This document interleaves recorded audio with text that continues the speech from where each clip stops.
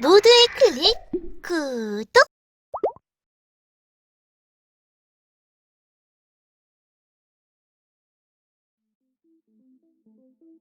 안녕하세요. 모두의 클립입니다. 트럼프 대통령이 G7 정상회담에 한국을 포함한 4개의 나라를 초청하고 싶다고 해서 화제가 되었는데요.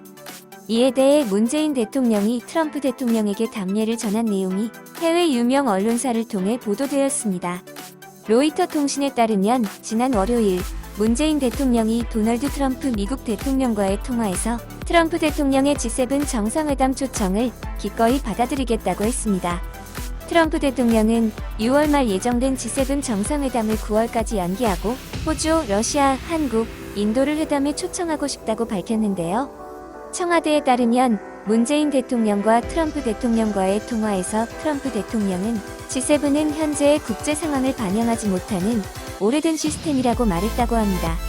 문재인 대통령은 트럼프 대통령에게 G7 회담에 다른 나라를 포함시키는 것은 매우 환영할 만한 일이며 지금 같은 위기의 상황에서 의미 있는 진전이 될 것이라고 말했습니다. 또한 문재인 대통령은 적절한 시기에 G7 정상회담이 성공적으로 개최될 수 있다면 세계가 정상적인 상황과 경제 상태로 돌아오고 있다는 신호가 될 것이라고 말했습니다. 해외에서도 한국의 G7 참여에 많은 관심을 보였는데요. 같이 해외 반응도 보러 가실까요? 이 회담은 분명히 코로나 바이러스의 원인과 대응 문제에 관한 반중국 모임이 될 거야. 내 생각에는 문재인 대통령이 참가를 안 한 게 맞는다고 봐. 일본이 강력하게 반대하고 있기 때문에 한국이 G7 참가하기 힘들다고 보는데 문재인 대통령이 아베 총리와 같은 방에 있다.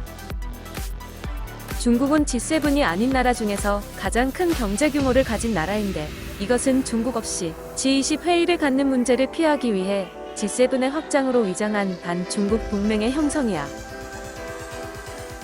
한국은 처음부터 G7에 있어야 했어. 아마 숫자를 채우기 위해서 초청하는 것일 듯. 메르켈 총리는 코로나 때문에 참여를 안 한다고 한 것 같은데 먼저 국제사회에 기여를 하고 나서 수락해야 돼. 한국은 국제 지원에 별로 관심이 없어.